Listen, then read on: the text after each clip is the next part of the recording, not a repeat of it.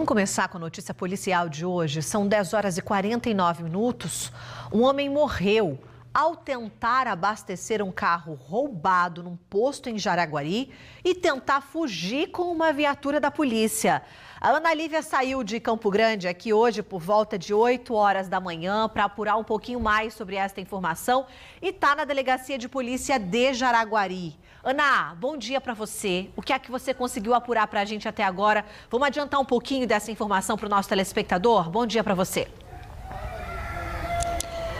Oi, Bruna, bom dia para você, bom dia a todos. Como você mesma explicou, nós estamos ao vivo aqui na frente da Delegacia de Polícia Civil de Araguari, onde neste momento o casal, que é o dono do veículo que foi furtado pelos criminosos, é ouvido. O que já se sabe é que um dos suspeitos, ao todo seriam 6, envolvidos neste furto e nesta fuga que acabou em um dos criminosos baleado e morto, segundo a polícia, em um confronto. O que se sabe é que um deles é um funcionário de confiança deste casal que teve o carro furtado. Daqui a pouquinho a gente vai trazer detalhes sobre esta história que assustou os moradores de Jaraguari. Afinal de contas, foi em um posto na BR-163, já bem pertinho do município, considerado a área rural de Jaraguari, e aí a polícia foi acionada por um funcionário do posto que estava fechado, mas esse segurança conseguiu se esconder em uma sala e acionou os policiais. Quando os policiais chegaram,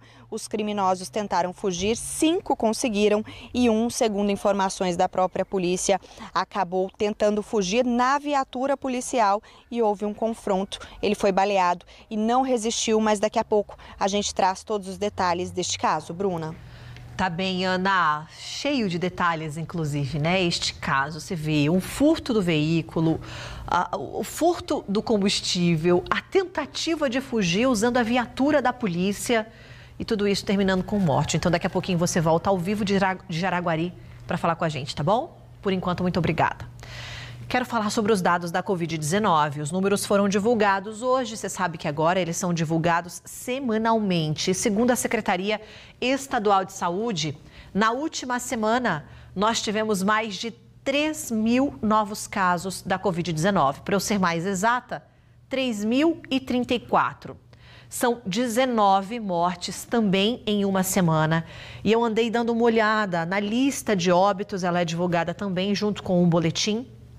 Apenas uma morte, ela é um dado represado, vamos dizer assim, que aconteceu, que teria acontecido, né, a morte em janeiro deste ano.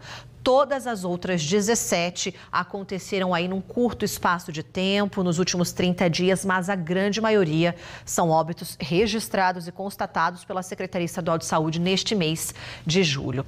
Nesta segunda parte aqui, a gente consegue ver que Campo Grande continua com o maior número de ocorrências neste ano e nós temos o número de hospitalizados também. São 63 pacientes hospitalizados pelo boletim mais recente. 36 estão em leitos clínicos, precisando de um atendimento médico, mas ainda sem precisar de um atendimento em UTI.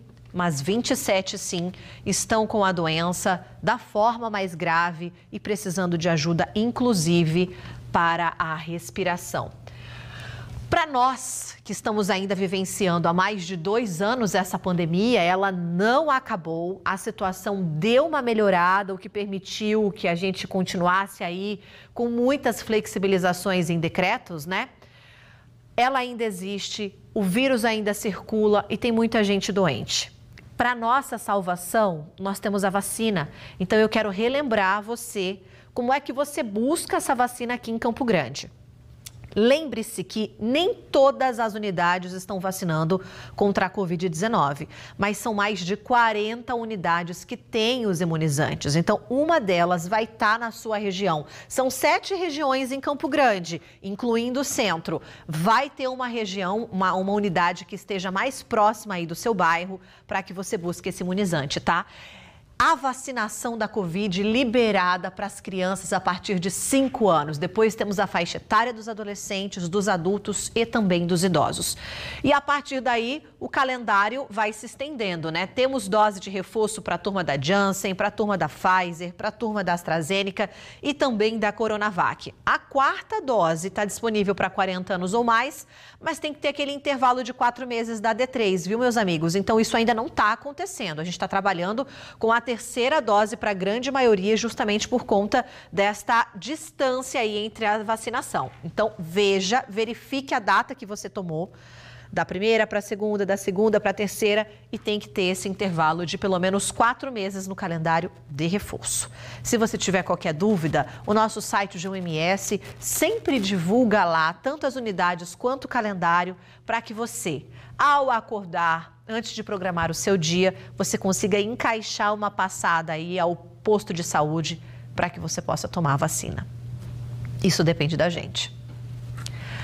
A Agência Nacional de Saúde Suplementar, a ANS, pôs fim à limitação do número de consultas e sessões com psicólogos, fonoaudiólogos, terapeutas ocupacionais e fisioterapeutas também. Segundo a agência, a medida vale para os usuários de planos de saúde com qualquer doença ou condição de saúde listada pela Organização Mundial de Saúde. Entre essas condições estão paralisia cerebral, síndrome de Down e esquizofrenia, por exemplo. O fim do limite de consultas e sessões vale para pacientes com qualquer diagnóstico, de acordo com a indicação do médico assistente. A mudança saiu de uma reunião feita ontem e a nova regra passa a valer a partir do dia 1º de agosto, portanto, só no mês que vem. Tem novidades no trânsito. O radar da Avenida Salgado Filho, quase no cruzamento com a Rua Guia Lopes, palco de vários acidentes, começou a funcionar. Eu vou falar ao vivo com o Endrio Francescon, que está lá neste trecho, e vai atualizar a situação para a gente, porque foi instalado, mas já temos a previsão de uma alteração por aí também, né, Endrio? Bom dia para você, seja bem-vindo. Oi, Bruna, bom dia para você, para quem está em casa também. Exatamente isso. Esses radares aqui na Avenida Salgado Filho, eles foram instalados há cerca de 15 dias e agora passam a valer, a funcionar de fato. Você falou com relação a uma mudança. O que acontece? Aqui no cruzamento com a Rua Guia Lopes, tem um radar que foi instalado em frente a uma escola, mas houve um pedido para que houvesse uma modificação. Então esse radar ele será substituído por uma lombada eletrônica. Bom, são algumas medidas que visam reduzir a velocidade excessiva dos motoristas aqui, tanto na Rua Guia Lopes quanto na Avenida Salgado Filho, para que se mantenha a segurança e a ordem no trânsito. Eu daqui a pouco estou voltando para trazer todos os detalhes, Bruna.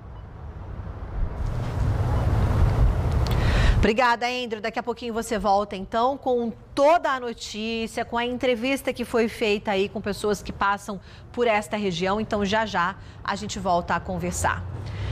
A estrutura de uma das 5 estações de embarque e desembarque projetadas para o corredor do transporte coletivo da Rui Barbosa começou a ser instalada. E ela é bem diferente, viu? São estações tecnológicas. A gente tem imagem ao vivo para você, viu? Ariovaldo Dantas está por lá. E serão 5 ainda nesta fase inicial de instalação. Bruna, por que elas são diferentes? Pelo formato você já vê, né? Fazem parte do corredor e vão ser desta maneira. Acontece que estas da Rui Barbosa terão câmeras de monitoramento, acesso a Wi-Fi, iluminação inteligente para aumentar a claridade e garantir mais segurança aos usuários durante a espera do coletivo. Essa já é uma imagem projetada de como tudo deve ficar depois da obra e está sendo tratada como uma estação inteligente mesmo, viu? A gente está ao vivo no local, mas já nós vamos trazer todos os detalhes de onde são as próximas que serão instaladas, com imagens ao vivo e trazendo em detalhes tudo que ela vai ter, além do Wi-Fi da câmera, iluminação inteligente, com cabeamento aí que vai passar, por exemplo, por debaixo do solo. Então, daqui a pouquinho a gente volta a falar sobre isso. Até agora nada de chuva, hein? Tinha uma possibilidade de chuva por aqui, poucos milímetros para hoje, mas ela ainda não existe, ainda não acontece. Aliás, a possibilidade existe, mas a chuva ainda não chegou. Pela meteorologia, devemos ter aí cerca de 12 milímetros de chuva. A máxima de hoje não deve passar dos 25 graus. Tá na tela, ó, a imagem do céu de Campo Grande mostra muita nebulosidade. Tá fazendo 23 graus neste momento, então a chuva pode chegar a qualquer hora do dia. E tem uma previsão de uma chuva mais forte nas regiões sul, leste e sudoeste. Sempre que chove assim, a gente vê a mudança no tempo. E você já acompanhou com a gente desde ontem que essa mudança no tempo já está prevista para acontecer muito mais para o fim da semana. Mas será que na região pantaneira já esfriou por lá? Agnaldo Soares, está me ouvindo por aí? Esfriou em Corumbá? Corumbá e Ladário? Como é que está o clima, o tempo por aí? Bom dia.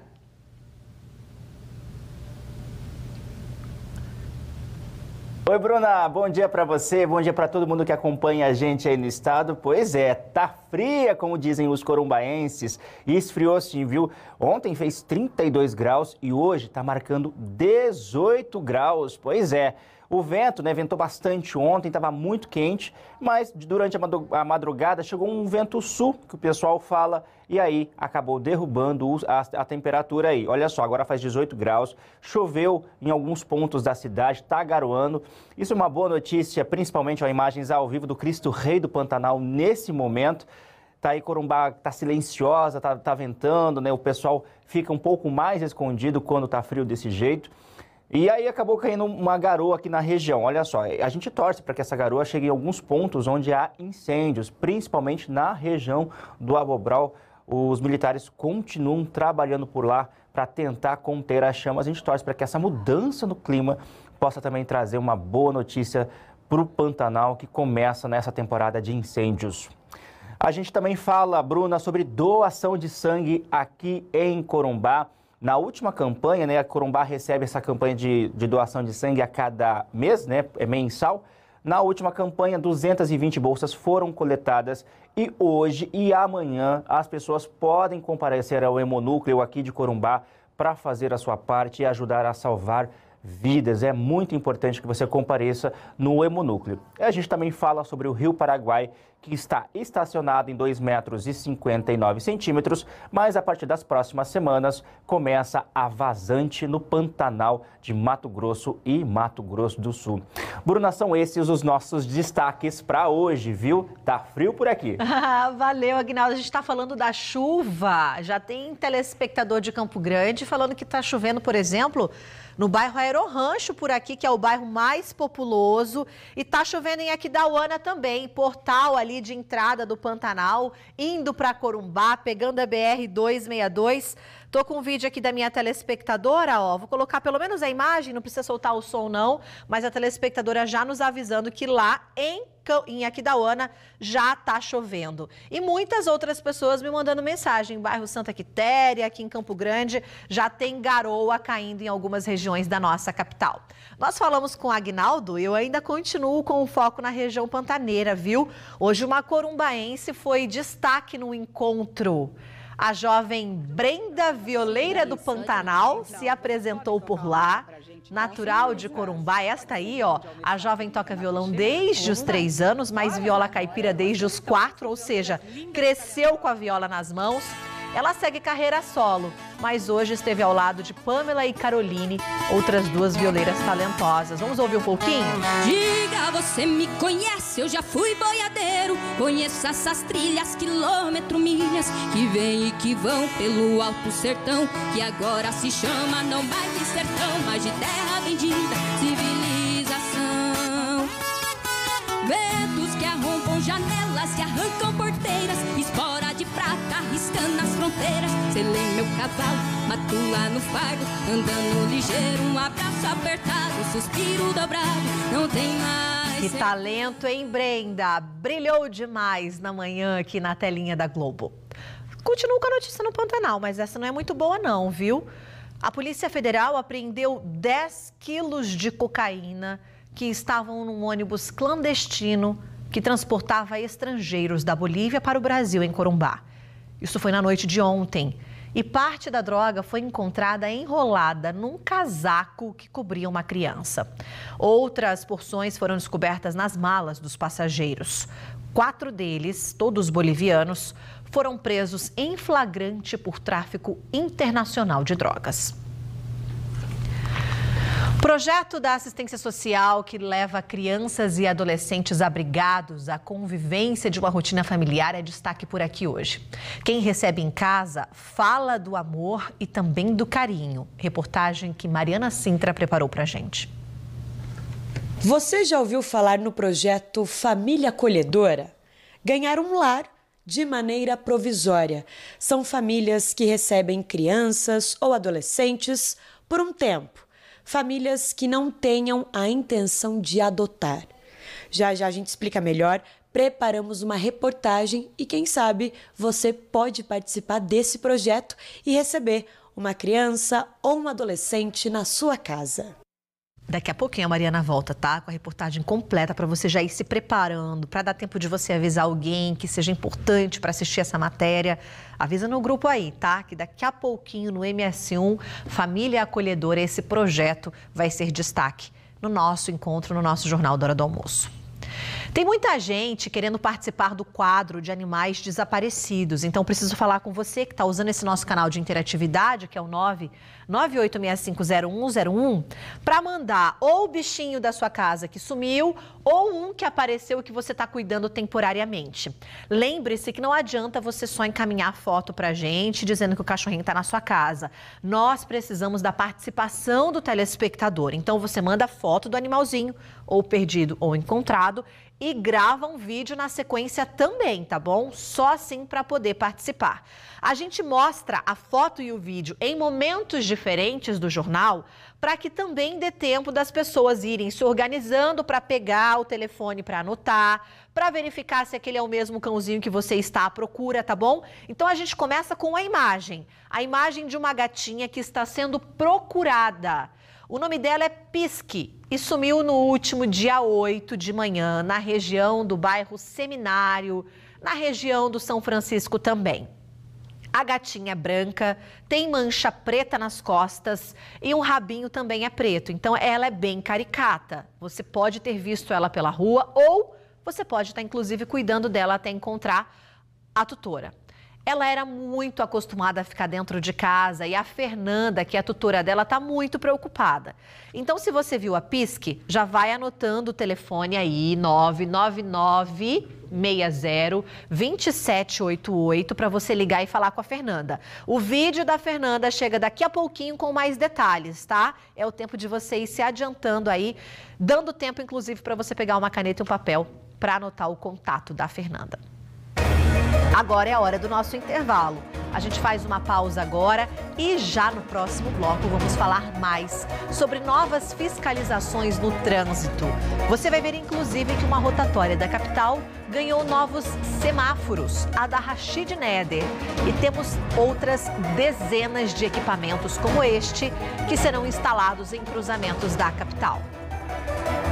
E saiba por quê. O limite de velocidade, que era de 30 km por hora lá no Parque dos Poderes, passou a ser de 50 agora. Foi uma mudança de equipamento também, tá?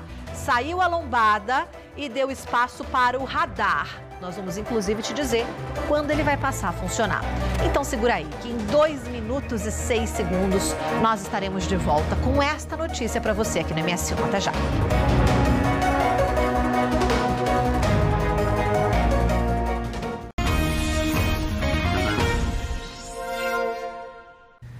Tem novidades no trânsito. O radar da Avenida Salgado Filho, quase no cruzamento com a Rua Guia Lopes, palco de vários acidentes, começou a funcionar. O Andrew Francescon está por lá, fala desse reforço da sinalização, que foi inclusive um pedido de quem passa por aí todos os dias, mas que já vão ter que se preparar para uma nova alteração, né, Andrew?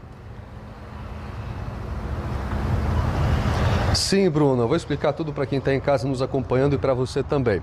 O radar que a gente está falando é esse que está atrás de mim, aqui na Avenida Salgado Filho. Ele já está em funcionamento, ele foi implantado há cerca de 15 dias, trabalhou em caráter educativo e agora sim ele está funcionando. O limite de velocidade é de 50 km por hora. Quem passar por aqui e não respeitar esse limite vai ter que pagar multa. Então, por exemplo, se passar aqui em uma velocidade, Bruna, entre 60 e 75 km por hora, o motorista ele será enquadrado em uma infração grave, tendo que pagar R$ 195,23, além de levar 5 pontos na carteira.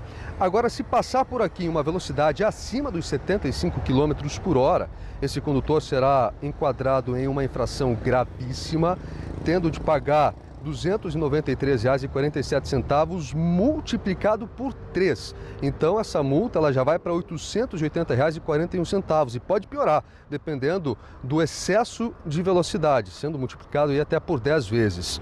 Bom, além disso, esse motorista ele tem 7 pontos na carteira e também a suspensão temporária da habilitação. A gente conversou com algumas pessoas aqui dessa região para entender como tem sido os últimos dias, as últimas semanas por aqui. Vamos ver. Velocidade alta, e se vocês observarem, essa esquina ela é bem notória de bons acidentes, de acidentes gravíssimos. E o pessoal não respeita nem o sinal vermelho. Ah, melhora, com certeza. Com certeza, a pessoa vem um pouco mais devagar, né? Porque a maioria dos acidentes talvez também é furação de sinaleiro mesmo, que as pessoas gostam de furar. É isso mesmo, essa sinalização é muito importante porque os acidentes que aconteceram neste cruzamento aconteceram justamente desta maneira que o nosso telespectador acabou de dizer, furando o sinal. A gente lembra dos acidentes graves na região. Um deles, no dia 28 de fevereiro, Matheus Frota da Rocha, de 27 anos, não resistiu e morreu depois de ter a moto que conduzia atingido por um veículo em alta velocidade. O motorista, que fugiu sem prestar socorro, chegou a ser preso horas depois, mas foi solto após pagamento de fiança. Em março, no dia 31, a vítima foi Rosa Maria Figueiredo Ferreira, de 41 anos. Ela estava de moto e foi atropelada por um carro. O motorista de 21 anos fez o teste do bafômetro que, segundo a polícia, confirmou a embriaguez. Ele também foi solto depois de pagar fiança. Aí o Andrew continua ali nesta região. Tem um outro radar, né, Andrew, por aí, que foi instalado nesta esquina onde os acidentes aconteceram, na Salgado Filho com a Guia Lopes, mas ele nem vai chegar a funcionar. Por quê? Sim, Bruna, esse radar que você está se referindo é esse aqui da Rua Guia Lopes. O que é que acontece? A escola pediu para que seja colocada uma lombada eletrônica e aí tem a diferença, né, de lombada para o radar. O radar, por exemplo, ele tem como objetivo fiscalizar se o limite de velocidade está sendo respeitado. A lombada é para que em um ponto específico, como no caso em frente a essa escola, uma redução de velocidade aconteça. E aí, no caso, não é 50 km por hora e sim 30. Por isso essa mudança é necessária. E eu repito, mais uma vez, a pedidos dessa escola de ensino infantil e fundamental que tem aqui na Rua Guia Lopes. Essa mudança, Bruna, deve acontecer no prazo entre 30 e 40 dias. Mas então, para confirmar a informação, o radar ele não chega a funcionar porque vai acontecer essa mudança. Obrigada, Andrew, por enquanto. Daqui a pouquinho, se tiver qualquer novidade no trânsito, você pode voltar a falar com a gente, tá? Porque o trânsito continua sendo assunto por aqui. Vocês se lembram das lombadas eletrônicas instaladas no Parque dos Poderes? Inicialmente, a velocidade permitida por lá era de 30 quilômetros, só que agora passou para 50, exatamente situação invertida do que o Andrew acabou de trazer no outro ponto da capital. Lá no Parque dos Poderes, isso aconteceu porque os equipamentos foram trocados. A mudança, segundo o Detran, foi devido a um novo estudo técnico, considerando as novas intervenções implantadas no parque, como 2 faixas de rolamento, sinalização adequada, espaços específicos para ciclistas, veículos e pedestres, tudo que está acontecendo nesta obra lá no Parque dos Poderes. O Detran disse também que a velocidade de 30 km existia quando eram redutores de velocidades. Então agora estão sendo instalados controladores de velocidade. Eles fiscalizam a velocidade da via, que no caso do parque é de 50 km por hora. Não há uma data certa para que os equipamentos comecem a funcionar. Nós ficaremos de olho por aqui para poder te informar, tá bom? De qualquer maneira, já está passando por lá, já sabe qual é a velocidade da via, mantenha na velocidade. A estrutura de uma das 5 estações de embarque e desembarque projetadas para o corredor do transporte coletivo da Rui Barbosa começou a ser instalada. E a gente está ao vivo no local com imagens de Ariovaldo Dantas. O serviço começou entre as ruas Dom Aquino e Cândido Mariano. Ali a gente percebe, gente, alguns cones, vocês estão vendo aí na imagem que está na sua tela. Olhando assim, pode ficar um pouco difícil de imaginar, mas nós temos imagens 3D que mostram como deve ficar a Rui Barbosa depois de concluídas as obras. As estações terão câmeras de monitoramento, acesso a Wi-Fi, iluminação inteligente para aumentar a claridade e garantir mais segurança a quem está ali à espera do coletivo. E os passageiros poderão acessar o itinerário das viagens em tempo real, via QR Code, que serão instalados também sensores embaixo do asfalto que farão a comunicação do sistema com os veículos. A gente conversou com a Andréia de Figueiredo, diretora adjunta da AGETRAN, sobre isso. Vamos ouvi-la.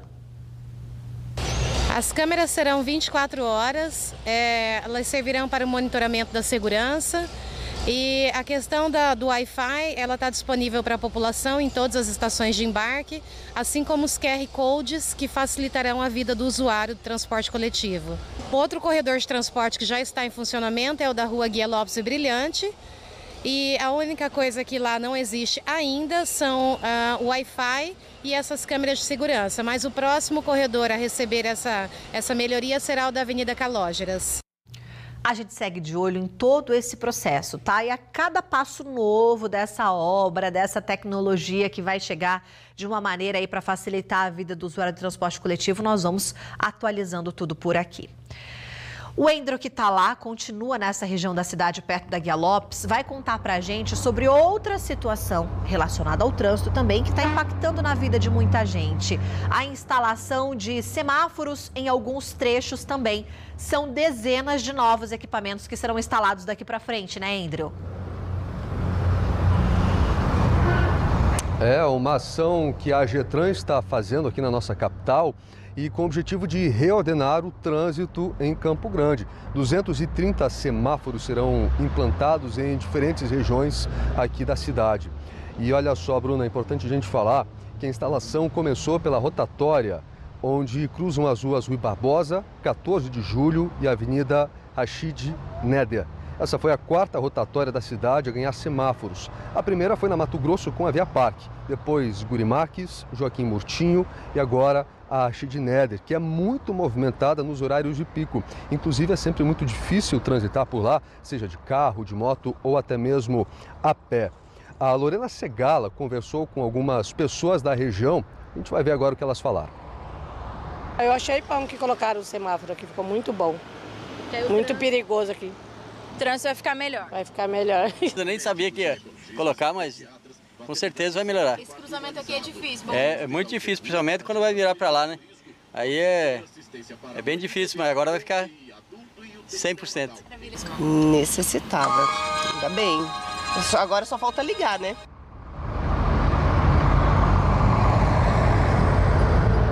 Olha só, Bruna, já foi feita a implantação do sistema.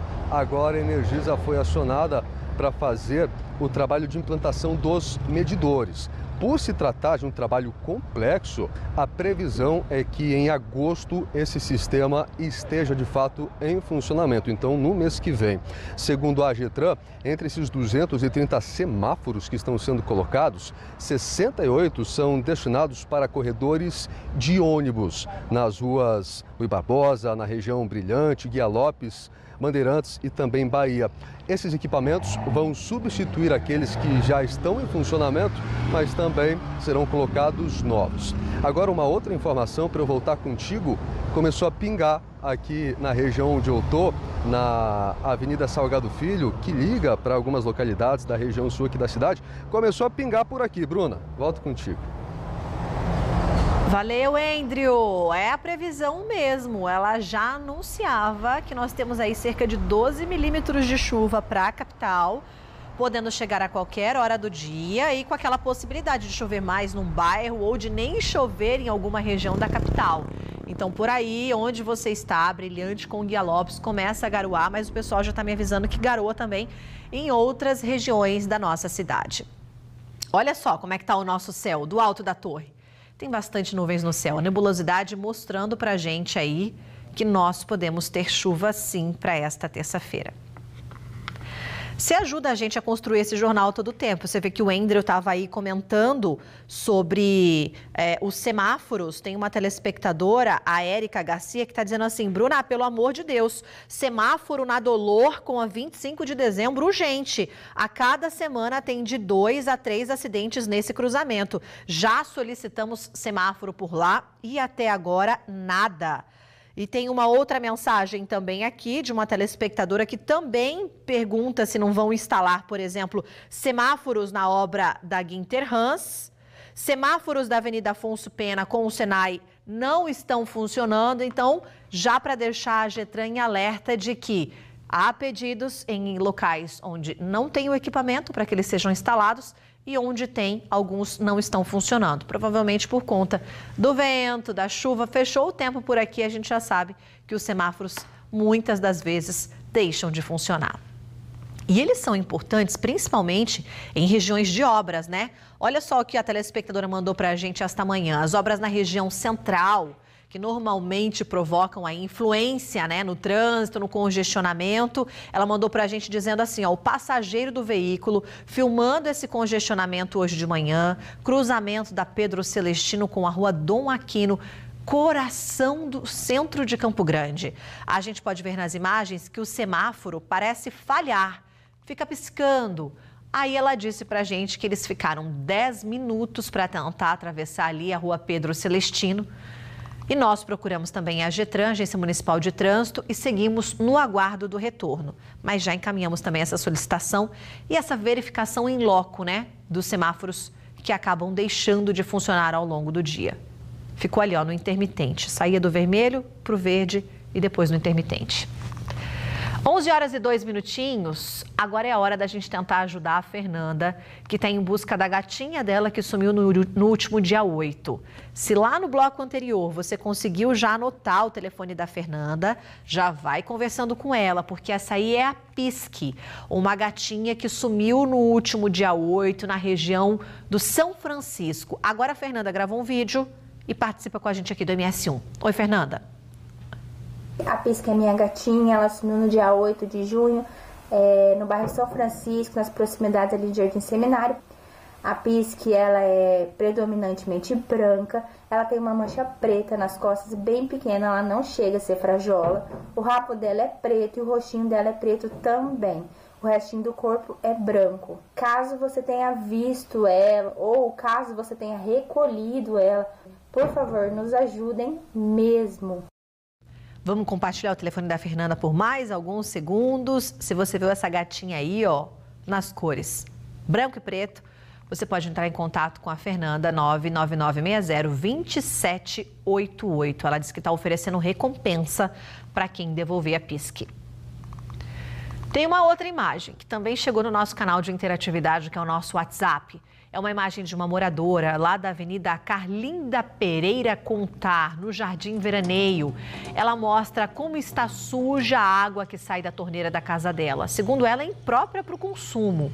Nós procuramos a concessionária Águas Guariroba, responsável pela distribuição, tratamento da água aqui na capital. E eles disseram que foi feita uma grande manutenção na rede de água ali da região. E esta manutenção pode ter causado esta situação na região do Veraneio, do Danúbio Azul e também do Parque dos Poderes. Ainda segundo a empresa, ontem mesmo foram feitos os procedimentos de descarga de rede para tirar essa água suja da tubulação e o abastecimento vem sendo normalizado. Mas a concessionária admite que hoje ainda é possível que aconteça essa situação pontual. A empresa garantiu ainda que vai mandar uma equipe no endereço da moradora ainda hoje para ter certeza de que em breve essa situação será resolvida. Tudo vídeo que está chegando agora para a gente, viu? E a gente está abrindo espaço às 11h25 para você construir esse jornal conosco. Agora o pedido vem lá do Jardim das Macaúbas. Vazamento, viu? Segundo o nosso telespectador, percorre a calçada de 3 casas da rua Joaquim Constantino de Oliveira.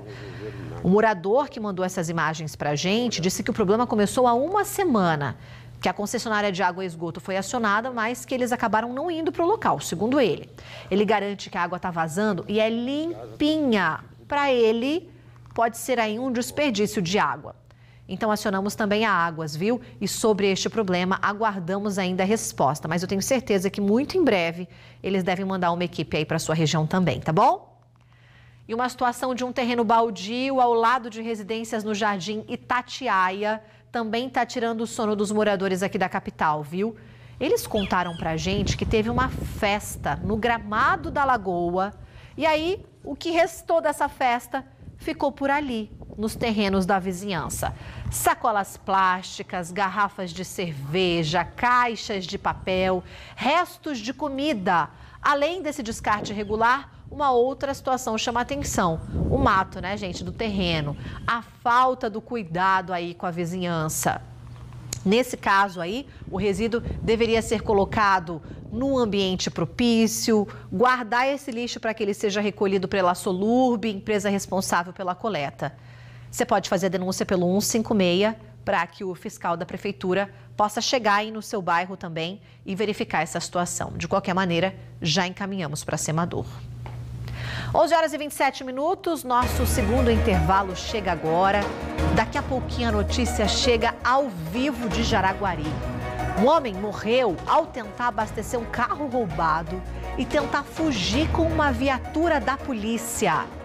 Esse assunto volta a ser destaque por aqui, porque a nossa equipe continua na delegacia de Jaraguari, onde esse caso segue em investigação.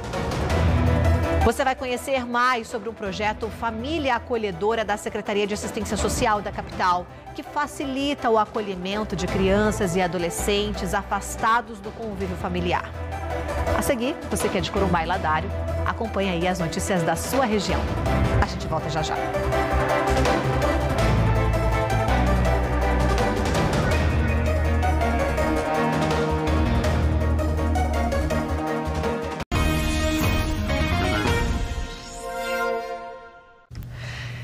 Estamos de volta com o MS1, 11h30. Um homem morreu esta madrugada depois de tentar abastecer um carro furtando também o combustível do posto. Mas na hora de fugir da polícia, ele tentou usar uma viatura para isso. A Ana Lívia Tavares continua lá em Jaraguari, conversou há pouco com o delegado, que aliás está ao vivo com a gente aí para trazer mais informações de como estão essas investigações. Ana, então, mais uma vez, bom dia para você, tá? Bruna, bom dia novamente para você, bom dia para quem está ligado também no MS1. Até agora, a polícia já conseguiu identificar pelo menos 3 suspeitos de participação neste furto do veículo e que também furtaram alguns objetos como celulares, moedas do caixa do posto de combustível, que já fica aqui sentido Jaraguari, já fica no município de Jaraguari, sentido Bandeirantes. O doutor Jalei, que é o delegado responsável aqui pela delegacia de Jaraguari, explicou que um dos suspeitos, inclusive, era um funcionário, um jardineiro prestador de serviço de uma residência no bairro São Francisco, em Campo Grande, e que ele teria furtado o veículo deste casal, que acabou de ser ouvido aqui na delegacia. Bom dia, doutor Jalei. Afinal de contas, o que é que a polícia já sabe sobre esse crime e quem seriam esses 3 suspeitos de participação? Bom dia. O suspeito que foi morto foi identificado como Diego, né, tendo aí se aproveitado da confiança da família para provavelmente convidar os amigos ou aceitar alguma proposta para furtar essa casa aí, porque ele gozava da confiança da família. Então ele entrou e pegou o veículo e saiu com mais 5 indivíduos, direção sentido Bandeirantes. E momento em que acabou a gasolina do veículo, e eles empurraram até o posto. O frentista, por medo, não quis atendê-los. Eles tentaram furtar a gasolina, quebrando a bomba de gasolina, furtaram alguns objetos que estavam no caixa, dinheiro, furtaram o celular que estava carregando de um motorista que estava dormindo no local. Momento em que o frentista acionou a polícia militar e, chegando ao local, houve um entreveiro entre eles, né? E o Diego aproveitou a oportunidade, entrou na viatura da polícia militar e tentou se evadir do local. Momento em que foi alvejado aí pelos policiais militares, atravessando a rodovia e batendo numa empresa em frente, vindo a óbito no local aí após o atendimento do bombeiro.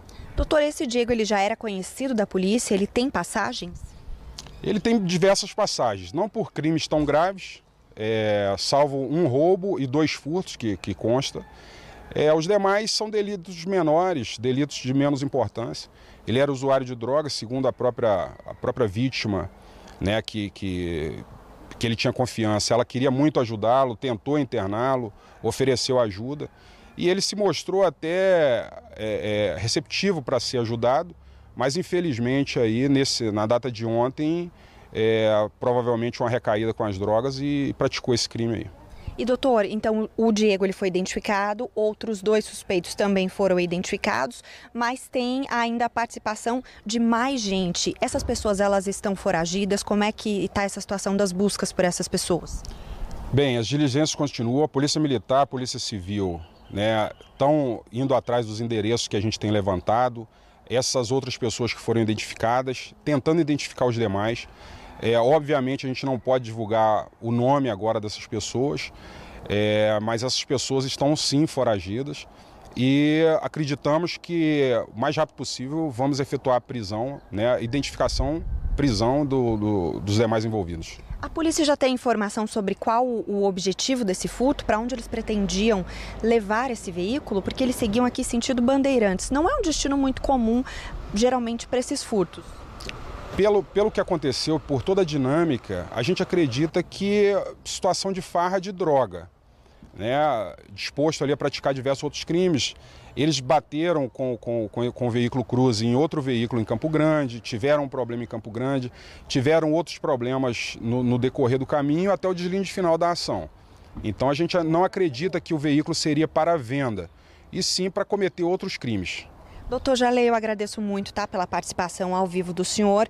Bruna, nós vamos continuar acompanhando este caso, mesmo porque o Diego ainda, apesar da polícia ter praticamente certeza, é de praxe que haja também uma identificação e o exame da perícia comprove a identidade. E nós vamos acompanhar para saber sobre esses outros 5 suspeitos que, como o delegado disse, ainda estão foragidos, ou seja, ainda tem gente para ser presa, para ser localizada.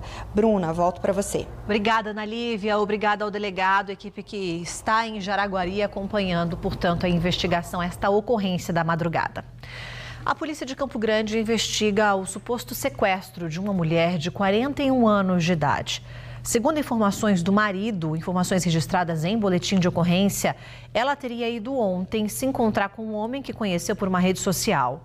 O destino seria Itapecerica da Serra, em São Paulo. Os motivos desse encontro não foram revelados. Hoje o marido e a filha do casal, eles foram até a delegacia para denunciar que nesta madrugada eles receberam a ligação de um homem dizendo que estava mantendo a mulher em cárcere privado e exigia a quantia de R$17 mil para libertá-la. Para a polícia, o marido contou que chegou a conversar com a mulher pelo telefone e que ela revelou que estava machucada e amarrada em um cômodo, em um quarto. Por enquanto, a polícia não tem informações novas sobre o caso e nós vamos acabar acompanhando esse assunto por aqui. Um projeto da Secretaria de Assistência Social aqui de Campo Grande leva crianças e adolescentes abrigados para a convivência familiar. No Família Acolhedora, os pequenos passam um período em um lar e recebem acompanhamento psicológico. Quem acolhe recebe um salário mínimo por criança e afirma que o carinho e o amor envolvidos fazem a dedicação valer a pena. Mariana Sintra e William Guedes mostram pra gente. Ser acolhida por uma família e ganhar um lar. Está sendo uma experiência muito boa e nova. Lá no abrigo eu ficava meio que presa, não tinha aquela convivência que eu tenho em família, poder sair. Eu me sinto bem, mais calma também. Há 4 meses, a adolescente mora com a família Barbosa, que recebeu a guarda provisória. A permanência é temporária e faz parte do projeto Família Acolhedora, da Secretaria de Assistência Social da capital. A criança ou adolescente, ela pode ficar acolhida no serviço no período de 6 meses a 1 ano, ou se houver uma excepcionalidade, ela pode ficar por um período maior.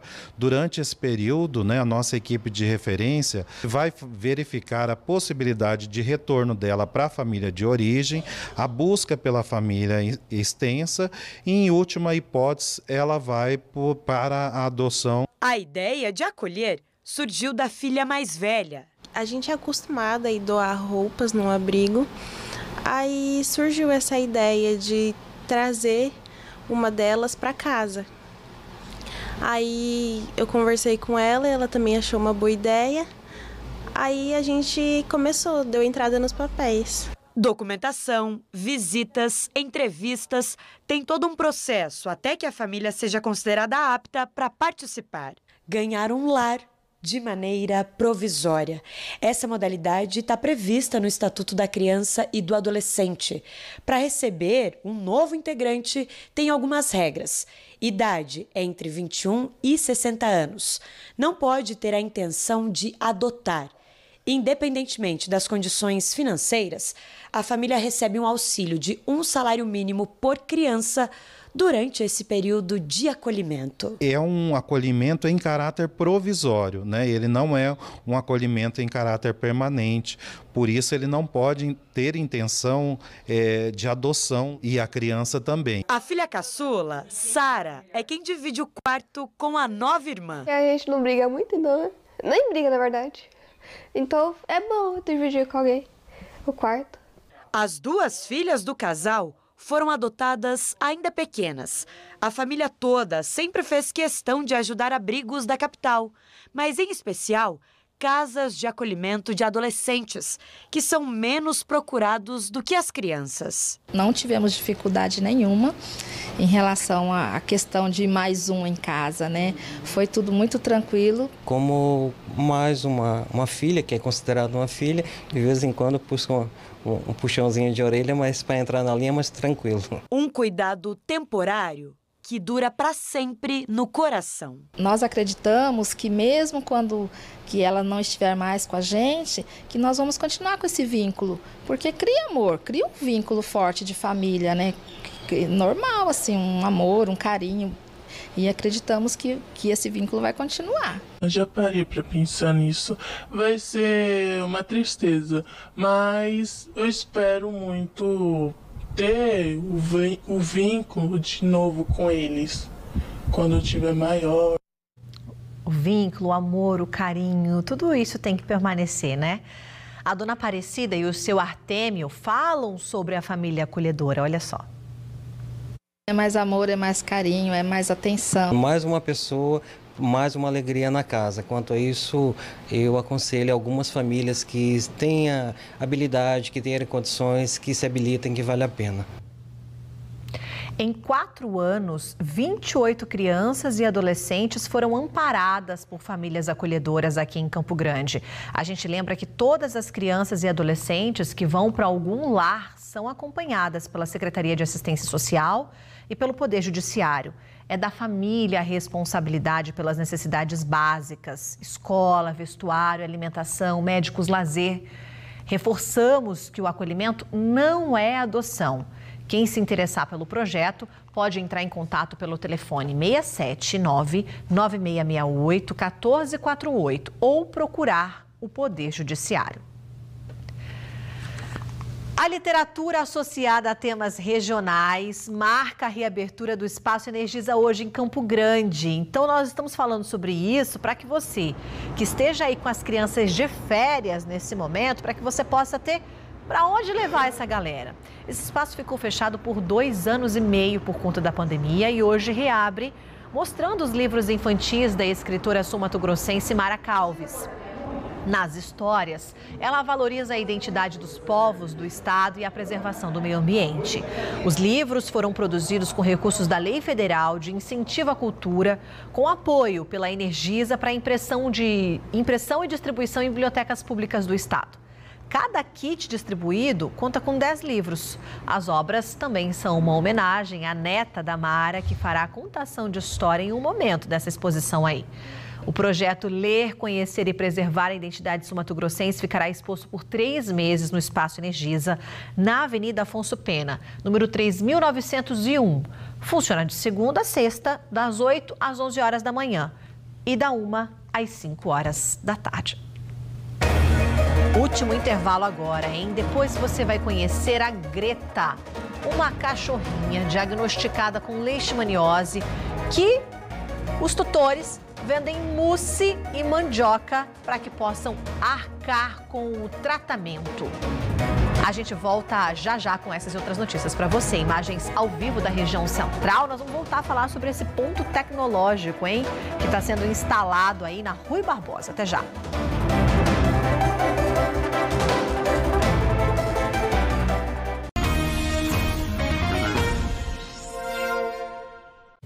Vamos trazer mais uma imagem ao vivo, 11h45, de repente você está chegando agora aqui no nosso Jornal da Hora do Almoço. Ariovaldo Dantas está mostrando para a gente uma das estruturas que serão chamadas aí de estação tecnológica, ponto tecnológico, viu? São estações de embarque e desembarque projetadas para o corredor do transporte coletivo, esses especificamente da rua Rui Barbosa. Serão 5, mas nós estamos entre as ruas Dom Aquino e Cândido Mariano.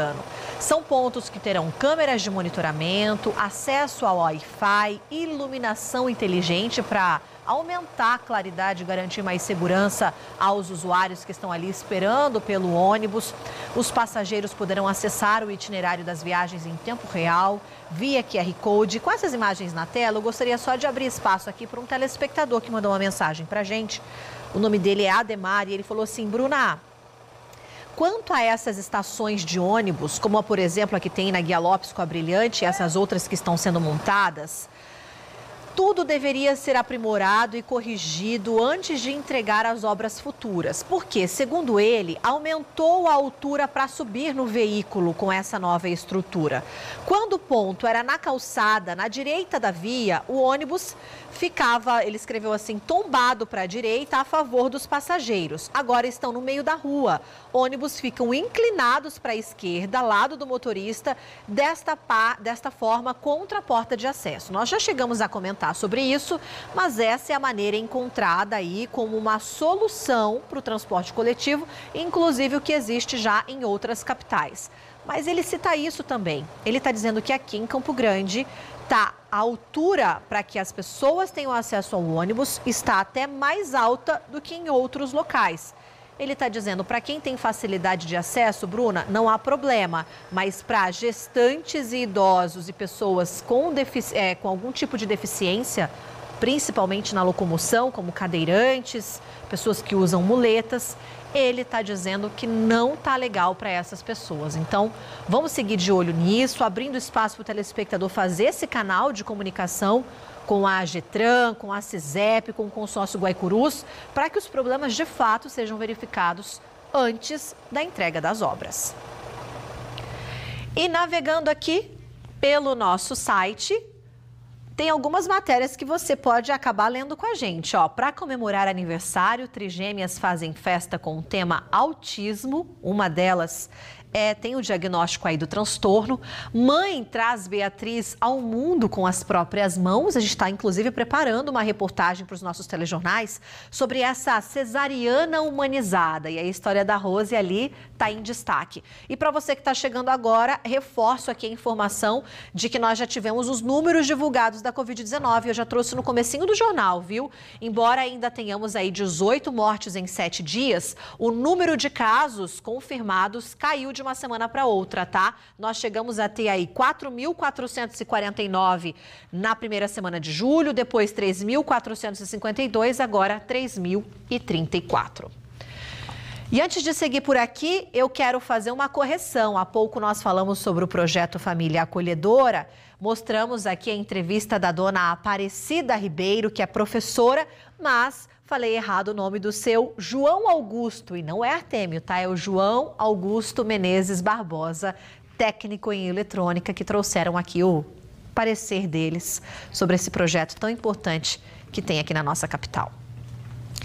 Semana passada, nós mostramos aqui a aflição da família da Luciane Pereira da Silva. Ela estava desaparecida desde o início da semana passada, mas graças a Deus ela foi encontrada em Nova Alvorada do Sul. Segundo a polícia, ela estava na casa da mãe e deixou de avisar o restante da família. Luciane havia sido vista pela última vez no bairro Noroeste, aqui em Campo Grande. Graças a Deus, tudo bem com eles lá. A redução da alíquota do ICMS continua sendo assunto por aqui, viu? Já há algumas semanas, né? A gente tem falado bastante da redução que está impactando o preço dos combustíveis. Ontem mostramos que tem gasolina a R$ 5,39, R$ 5,29. Mas é importante lembrar que a queda no preço dos combustíveis tem outras duas causas: isenção de tributos federais e também a redução da pauta fiscal, que agora é a média dos preços dos últimos 60 meses. O que esperar, então, de outros serviços e produtos que tiveram a alíquota reduzida? Tem um telespectador que nos acionou pelos nossos canais aqui, o Mário Sartório. Ele quer saber sobre a questão da telefonia, aqueles planos contratados com as concessionárias de telecomunicações, como a internet. Como será que fica isso? Telefonia, TV a cabo, eles que pertencem ao grupo de telecomunicação. A redução, a alíquota ficou em 17%, né? Quem responde pra gente é o advogado tributarista João Ricardo. Com a redução do ICMS sobre os serviços de telecomunicações, como por exemplo TV por assinatura, internet, telefonia, muitas pessoas têm perguntado se a redução do ICMS já deve ser repassada no preço final do produto nas próximas faturas. E aí é importante lembrar que, diferentemente do que ocorre com a energia, por exemplo, esses itens eles não têm os chamados preços regulados. Eles são fixados de uma certa forma um pouco livre entre o fornecedor do serviço e o contratante do serviço. Então, para verificar se essa redução foi ou não repassada no preço final, o contribuinte precisa pedir o detalhamento da sua fatura e verificar um item que normalmente aparece sob o nome de demonstrativo fiscal. Ali ele vai conseguir ver qual que era o peso do ICMS nas contas anteriores e qual que é o peso do ICMS nas contas atuais, e poder checar se houve ou não o repasse desse desconto nas faturas subsequentes. É sempre bom ficar atento que aquela redução nominal da alíquota ela pode ser um pouco diferente na hora de calcular a redução na fatura. Isso porque o que nós chamamos de alíquota nominal do ICMS, que antes era de 29 e agora passou a ser 17, quando ela é aplicada na conta, ela obedece o que nós denominamos como cálculo por dentro do ICMS. Isso acaba que essa alíquota é um pouco maior e pode representar até um desconto maior. Então, por exemplo, para alguns cálculos aproximados, a redução do ICMS sobre o serviço de telecomunicações, que seria nominalmente de 12%, 29% para 17%, ela na prática pode representar um desconto de até 14% no valor total da fatura. É importante que o contribuinte tenha essas informações em mão para que possa, se for o caso, pedir as revisões dos respectivos contratos. Importante, hein? Você sabe o que é leishmaniose visceral? É uma doença cruel com os cães, viu?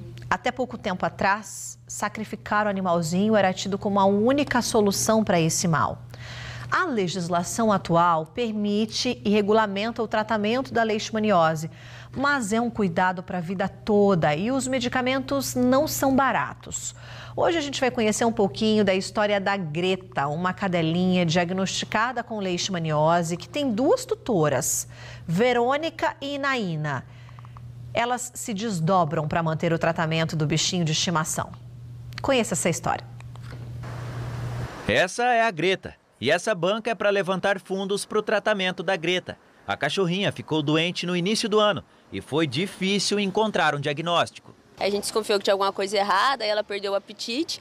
Aí a gente levou ela na clínica para fazer exames, aí fez o do leishmaniose, fez o doença carrapato, não deu nada. Toda semana ela fazia exame de sangue para acompanhar. Até que em um desses apareceu a leishmaniose no exame de sangue. O tratamento gera um custo alto. Para arrecadar dinheiro, elas decidiram vender mandioca e mousse. A gente buscou essa alternativa para a gente conseguir, né, dar sequência no tratamento, para a gente não deixar ela adoecer, né, não deixar padecer. A leishmaniose compromete o sistema imunológico do animal e pode atingir órgãos importantes. A doença também pode ser transmitida para humanos. O diagnóstico de leishmaniose sempre foi muito complicado para pets e tutores. Como a doença não tem cura, o resultado era a eutanásia. Mas a criação de políticas públicas e a regulamentação de medicamentos pelo Ministério da Saúde mudou o cenário e passou a permitir que animais doentes recebessem o tratamento. Maria Lúcia é uma protetora de animais, fundou o Abrigo dos Bichos. Há 20 anos, a ONG atua com a tutela de animais em lares temporários. Ela ajudou a criar uma lei em Campo Grande que garante o direito ao tratamento dos pets doentes. A ONG, em 2006, nós nos insurgimos contra essa matança discriminada em nome de uma zoonose, que não levava a nada, porque já estava sendo dizimado 40% da população canina. E mesmo assim, continuando. Hoje, a leishmaniose já diminuiu muito, justamente porque existe controle, existe esse combate à doença. Atualmente, o Abrigo dos Bichos tem 8 cachorros da raça Foxhound americano, que estão para adoção. Eles foram resgatados em uma fazenda na MS 040. 7 animais têm leixe, mas recebem o tratamento. Uma ação civil pública que foi ingressada em 2007 e que corroborou para que fosse possível o tratamento, faz com que a população sinta a vontade, não precisa mais descartar seu animalzinho, não precisa esconder mais para que não seja eutanasiado.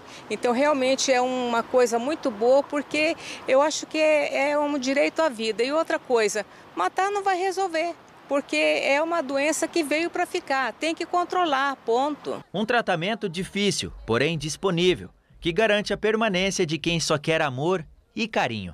Além das pessoas comprarem a mandioca, né, as pessoas ajudam também, com doação, com publicação. Aí está sendo muito satisfatório, tanto para a gente como para a Greta. Eu senti que ela até melhorou, acho que é muita gente torcendo por ela, ela está até melhor. E a gente está na torcida para que ela melhore cada vez mais, porque depois da reportagem nós soubemos que ela internou mais uma vez, então vá atualizando a gente aí sobre isso. Quer ajudar a Verônica e a Inaína no tratamento da Greta? O telefone está na tela, 991352669. Átila Eugênio, sua hora por aqui. Tá na minha hora? Aham. Ai, falta só um pouquinho. Sua hora. Tô chegando com a bola aqui porque hoje... Ai, meu Deus, quase que eu erro. Tô passando a bola pra você, sabia? Porque hoje nós vamos falar de futebol feminino. Futebol feminino em destaque no Globo Esporte. Ótima terça-feira para todo mundo. Lembrando que terça é o dia do futebol amador, do futebol do povo. E nesse fim de semana, teve terrão feminino. Uma disputa em Campo Grande, um torneio muito bacana com 18 equipes, sendo 2 do interior, as outras da capital. E já teve goleada na estreia. Já tô dando um aperitivo aí, já eu falo dos times no Globo Esporte, mas você pode ver que as meninas têm muita qualidade. E, claro, sobra determinação e a gente precisa apoiar as meninas do nosso futebol. Por isso que o Globo Esporte abre espaço para o terrão feminino. Olha só, Bruna, não tem moleza não, é disputa mesmo. É pega pra capar, porque a mulherada quer mostrar que sabe muito de futebol. Então, já no Globo Esporte nós vamos falar do fim de semana no terrão feminino e também tem o terrão masculino para quem tá ligado no futebol amador. Mas eu quero dizer que hoje no Sport TV, canal do nosso Grupo Globo, tem seleção brasileira feminina de futebol em ação pela Copa América. O Brasil, em 8 competições, venceu 7 Copa América e é bacana que essa competição dá vaga para a Copa do Mundo e também para as Olimpíadas. Por isso, é importante o Brasil seguir vencendo. Na estreia, derrotou as irmãs, as argentinas, por 4-0. Já já, então, a gente traz mais informações deste confronto que você pode ficar ligadinho na tela do Sport TV e, claro, no Globo Esporte, sabendo muito mais. Beleza? Bora? Bora então, porque tá dando a hora, daqui a pouquinho tem Globo Esporte. Você se prepara lá? Bora, passou a bola, passou a audiência, que a liderança é nossa, contigo, né? É isso mesmo. Valeu, gente. E já são 11 horas e 58 minutos. Então, muito obrigada pela sua companhia desde 10h45 da manhã. A gente tá ao vivo ali na Rui Barbosa, região central. Você vê que a Getran está ali organizando o trânsito, espaço de obras, a estação tecnológica, vamos dizer assim, de um ponto de ônibus está sendo instalada por ali, uma das 5. E está sem semáforo nesse trecho também, por isso que a Getran está ajudando nesta organização do trânsito. Cuidado, tá? Já chove em algumas regiões da capital. Boa tarde para você. A gente volta a se encontrar amanhã por aqui. Tchau!